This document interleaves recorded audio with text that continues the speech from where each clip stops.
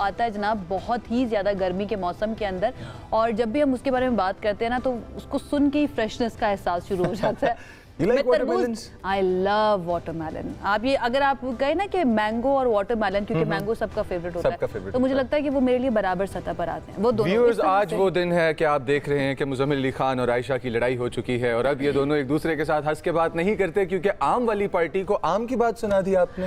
اچھا آپ کو آم پسند ہے بہت زیادہ. مجھے آم پسند ہے. اچھا مجھے آم پسند ہے, لیکن اس کے ساتھ مجھے تربوز بھی بہت زیادہ پسند ہے. تو آج ہم نے سوچا کہ تربوز کے اوپر ذرا بات کر لی جائے, کیونکہ تربوز کتنا زیادہ فائدہ مند ہے ہماری باڈی کے لیے. اس کا موسٹلی جو کانٹینٹ ہوتا ہے وہ واٹر ہوتا ہے, جو کہ الٹیمیٹلی آپ کی باڈی کو بہت زیادہ ہائیڈریٹ کرتا ہے. اس کے اور کون کون سے فوائد ہیں, اور جو لوگ تربوز نہیں کھاتے ہیں ان موسم کے اندر وہ کیوں نہیں کھاتے ہیں, اور کتنا زیادہ ہم کو کھانا چاہیے, یہ سب جاننے کے لیے بات کرنے کے لیے ہمارے ساتھ موجود ہے حکیم آغا عبدالغفار صاحب. ان کی طرف چلتے ہیں, ان سے بات کرتے ہیں. بہت شکریہ آغا صاحب ہمیں جوائن کرنے کے لیے. سب سے پہلا سوال یہ کہ بھئی تربوز آ چکے ہیں, بہت ہی خوبصورت بھی لگتے ہیں, کلر بھی بڑا خوبصورت ہوتا ہے, کیا فائدے ہیں تربوز کے؟ دیکھیں, جو ہماری پھلوں کی سیریز ہے اس میں جیسے ہی گرمی شروع ہوتی ہے ویسے ہی بازار میں خربوزہ شروع ہو جاتا ہے. جب گرمی شدید ہونے لگتی ہے تو پھر تربوز آتا ہے. اس درمیان میں خربوزے کے بعد تھوڑا سا شربوزہ, اور اس کے بعد جو ہے وہ تھوڑا سا گرما یہ آتا ہے. لیکن جب گرمی کی شدت بڑھتی ہے تو تربوز آ جاتا ہے. تربوز میں سب سے بڑی بات جو ہے وہ یہ ہے کہ 92% پانی ہے. دوسری چیز, کیونکہ ریڈ کلر ہے لہذا اس میں لائکوپین ہے.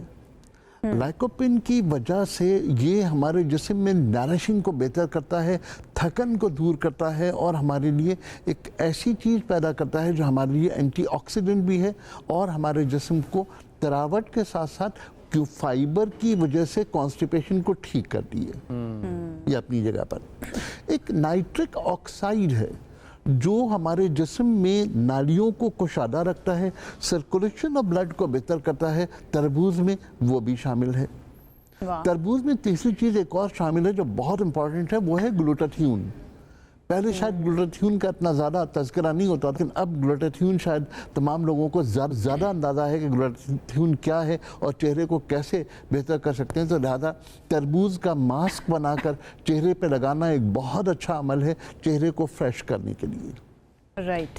تربوز کے بارے میں جب میں یہ بات کر رہا ہوں تو کہیں میرے بیک آف دا مائنڈ ایک سوال ہے کہ جو ڈیڈ سی ہے اس کے مسائل کی وجہ سے اب نہ صرف یہ کہ گرمی زیادہ ہو گئی ہے, گرمی کی شدت بڑھ گئی ہے, بلکہ ہم یہ دیکھ رہے ہیں کہ ہیٹ ویو بہت قریب ہے. لوگ یہ کہتے ہیں کہ ہیٹ ویو جو ہے وہ عام طور پہ مئی جون میں ہوتی ہے, اور میرا اپنا خیال یہ ہے کہ ہیٹ ویو جولائی میں بھی شدید ہوگی. پہلے ہی شروع ہو گئی ہیں, اس لیے کہ 21 جون کو ڈیڈ سی پر سورج سب سے قریب ہوگا, اور وہ جو حدت ہوگی, اور ڈیڈ سی کی جو حدت ہے, جو گرمی ہے, وہ ختم نہیں ہو رہی ہے, وہ سٹینڈ سٹل ہے. اور مجھے ایسا لگتا ہے کہ شاید ہم جولائی میں بھی شدید گرمیوں میں ہوں. تو تربوز کا استعمال انتہائی امپورٹنٹ ہے دو حوالوں سے. ہر شخص یہ مشورہ دے رہا ہے کہ اگر گرمی زیادہ لگ رہی ہے تو آپ پانی کا استعمال زیادہ کیجئے, پانی زیادہ پی لیجئے. اوکے, بات یہ ہے کہ جب گرمی زیادہ ہے تو پسینہ زیادہ آ رہا ہے, ہمیں پسینے کے جو مینجمنٹ ہے اس کو دیکھنا ہے کہ ہمارے جسم سے کتنے نمکیات کا اخراج ہو رہا ہے.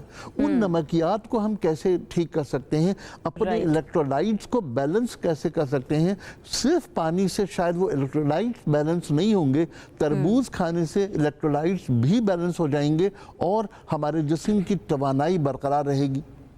ٹھیک ہے. تیسری بات, جو اب ہم ہیٹ ویو کی بات کر رہے ہیں, اس میں بھی اگر پسینہ آئے گا اور ہمارے الیکٹرولائٹس ڈسٹرب ہوں گے تو اس الیکٹرولائٹس کو بہتر کرنے کے لیے ہمارے لیے بہت ضروری ہے کہ ہم تربوز کا استعمال کریں, محض پانی کا استعمال نہ کریں. الیکٹرولائٹس, گلوٹاتھیون, مطلب کیا دل نہیں کر رہا تھا اسے روکنے کا. آغا صاحب کو سبھی بتا دیا آپ نے ایک سوال کے جواب میں. اچھا, اب لائکوپن بھی ہے, گلوٹاتھیون بھی ہے, اور بھی کئی ساری چیزیں ہیں, الیکٹرولائٹس بھی تربوز کے اندر شامل ہیں. تو کچھ پرہیز ہوتی ہے ہر کھانے کی. ایک پانی پی سکتے ہیں, نہیں پی سکتے, بیکاز ہمیں بتایا جاتا ہے تربوز کھا لیا تو اب اس کے بعد پانی نہیں پینا. کتنی سچائی ہے اس بات میں؟ تربوز عام طور پر صبح نہار منہ کھانے والا پھل ہے. ہمارے ہاں جو روایت ہے وہ یہ ہے کہ تربوز جو ہے وہ رات کو ٹھنڈا کر لیا جائے, صبح نہار منہ ہلکا سا کالا نمک ڈال کے صبح سے ناشتہ کر لیا جائے, اور پھر تربوز کھانے کے بعد کم سے کم 4 گھنٹے تک پانی کا استعمال نہ کیا جائے. تو تربوز کو عمل کرنے کا پورا موقع ملتا ہے, ہمارے جسم کے الیکٹرولائٹس کو وہ مینج کر دیتا ہے, ہمارے جسم کو لائکوپین ملتی ہے, اور سب سے بڑی بات یہ کہ فائبر کی وجہ سے گٹ ہیلتھ بہتر ہو جاتی ہے. تو تربوز سے اگر فائدہ لینا ہے تو اس طرح. جو سوال آپ کا ہے کہ اس کے بعد پانی کیوں نہیں پینا چاہیے, دیکھیے اس کے اندر 92% پانی ہے. ہم لوگ عام طور پہ شاید بہت زیادہ لوگ کھا لیتے ہوں گے تو ½ کلو پلپ کھا لیتے ہوں گے. اگر ½ کلو پلپ لیا ہے اور اس میں 92% پانی ہے, باقی فائبر ہے, تو اس کے بعد پانی لینے کی ضرورت کہاں ہے. اور میں ہمیشہ یہ بات کہتا ہوں کہ تربوز کسی اور کا ساتھ برداشت نہیں کرنا چاہیے. یعنی کہ ہم یہ کہہ سکتے ہیں کہ تربوز کو بہتر کام کرنے کے لیے ضروری ہے کہ اس کے ساتھ کسی اور چیز کا استعمال نہ کیا جائے. لیکن ایک اور سوال بھی ہے, اب کیا دودھ بھی بالکل استعمال نہیں کرنا چاہیے؟ کیونکہ بچے اکثر ہوتا ہے نا کہ تربوز کھا لیا اس کے بعد وہ دودھ بھی مانگ رہے ہوتے ہیں, تو بچوں کو کیا نہیں دینا چاہیے تربوز کے بعد دودھ؟ 2 گھنٹے کا وقفہ بچوں کے لیے ضروری ہے, اس سے کہ بچوں کا جو میٹابولک ریٹ ہے وہ نارمل ہوتا ہے, اس میں کسی قسم کے مسائل نہیں ہوئے ہوتے, یا ہم لوگ خود جو مسائل پیدا کرتے ہیں وہ نہیں ہوئے ہوتے, تو پھر ڈیفینیٹلی 2 گھنٹے کے بعد دودھ. میرا فیوریٹ ایک یہ بات ہے کہ اب کیٹو ڈائٹ ہو گئی یا دوسری ایکسٹریم فارمز ڈائٹ اس کے اندر آپ نہیں کھا سکتے ہیں تربوز نہیں کھا سکتے, اس کے اندر بہت کم کھا سکتے ہیں, کنٹرول کرنے ہوتے ہیں. ویٹ لاس کاربز تو ہوتے ہیں تربوز میں, شوگرز بھی ہوتے ہیں, تو یہ تربوز کا ویٹ لاس کے اندر کیا رول ہے؟ کیا ہم لے سکتے ہیں ویٹ لاس ڈائٹس میں تربوز؟ اگر ہم یہ طے کر لیں کہ ویٹ لاس کرنے کے لیے ڈائٹنگ نہیں کرنی ہے, ہمیں کھا کر اپنے آپ کو بہتر رکھنا ہے, ہمیں کمزور نہیں ہونا, ہمیں صحت کی بنیاد پر وزن کم نہیں کرنا, تو تربوز بہت اچھی دوا ہے. سب سے بہترین طریقہ کار یہ ہوتا ہے بھائی کھا کے بھی آپ اپنا وزن کم کر سکتے ہیں, بھوکا رہنا ضروری نہیں ہے, صرف ریسرچ کرنی پڑے گی, تھوڑی محنت کرنی پڑے گی. اچھا آغا صاحب چلے یہ بتا دیجیے, ڈاکٹرز نا اکثر منع کرتے ہیں کہ بھائی جو کڈنی کے پیشنٹس ہیں نا وہ نہیں کھا سکتے ہیں تربوز, کیا واقعی میں اس کے پیچھے ریزن کیا ہے؟ کڈنی پیشنٹ کو صرف اس لیے منع کرتے ہیں کہ اکثر پوٹیشیم لیول بہت زیادہ ہوتا ہے. پوٹیشیم جو ہے وہ ہمارے جسم کے لیے بہت اچھی چیز ہے, لیکن کیونکہ کڈنی کے پیشنٹس کو پوٹیشیم زیادہ نہیں دینا چاہیے, اس لیے تربوز کو منع کرتے ہیں. یہاں ایک چھوٹی سی بات یاد آ گئی, اگر آپ کی اجازت ہو تو عرض کروں کہ عام طور پہ کڈنی پیشنٹس کو ہم منع کرتے ہیں کہ کیلا مت کھائیے, اس لیے کہ کیلے کے 100 گرام میں 315 ملی گرام پوٹیشیم ہوتا ہے.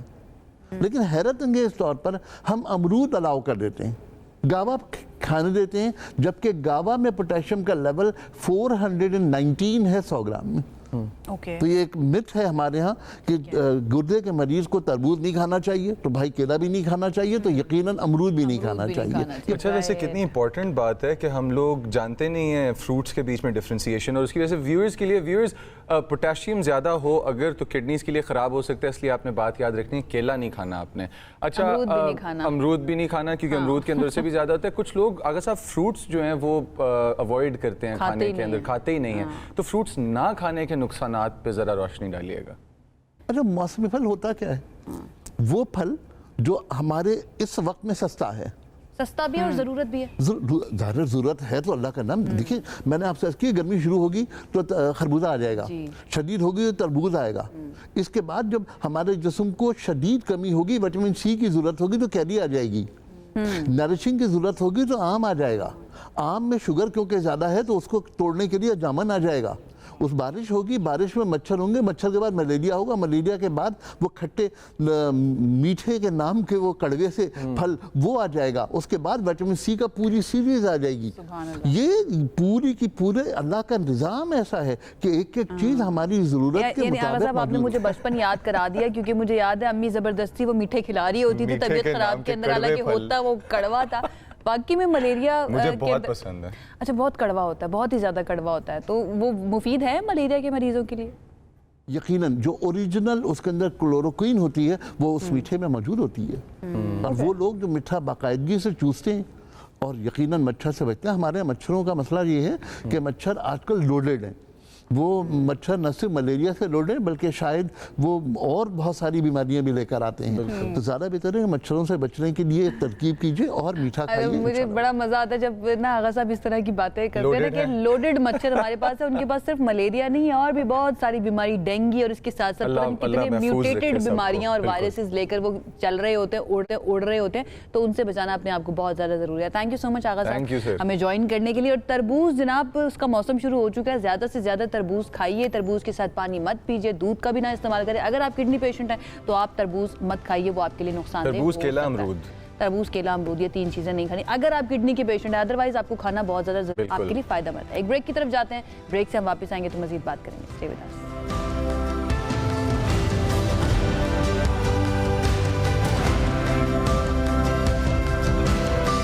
گیوسکور یہ معدے کی اضافی تیزابیت کو کرے بے اثر اور بنائے ایک تہ تاکہ آپ کو ملے بدہضمی کا فوری حل. گیوسکور تمام دوائیں بچوں کی پہنچ سے دور رکھیں. خوراک دی گئی ہدایت کے مطابق استعمال کریں. طبیعت زیادہ خراب ہو تو ڈاکٹر سے رجوع کریں. دل اور ہائی بلڈ پریشر کے مریض مالج کے مشورے سے استعمال کریں. Introducing the new line of Bell refrigerators, a new concealed evaporator technology